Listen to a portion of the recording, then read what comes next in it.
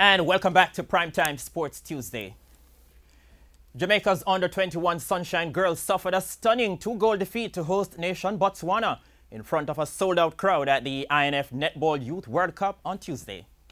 It's a result no Jamaican expected, as the number 3 ranked Sunshine Girls were stunned 46-48 by hosts Botswana at the Netball World Youth Cup. They've got a 2-goal lead. They're in possession. We're moving into final minute. Oh, they've done it. That's time. It was the Jamaicans who controlled the majority of the game as they led 14-10 at the end of the first quarter. And the Janet Guy-coached team pushed their lead to 5 points at the halfway stage, 25-20.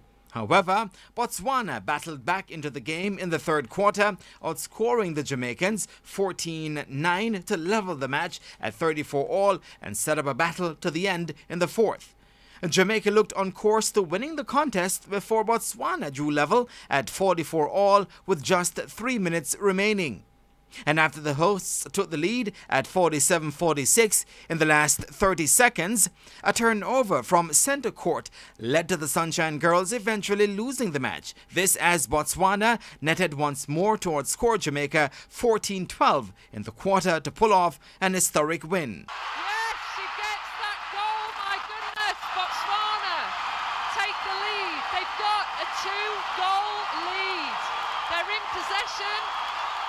We're moving into final minute. Oh, they've done it. That's time. What a goal. What an opportunity for the home team. Everybody goes wild. We just can't quite believe it.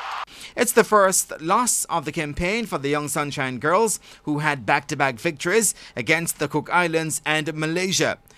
Jamaica are now third in Pool C on 6 points, 3 behind second-placed Botswana and leaders Uganda.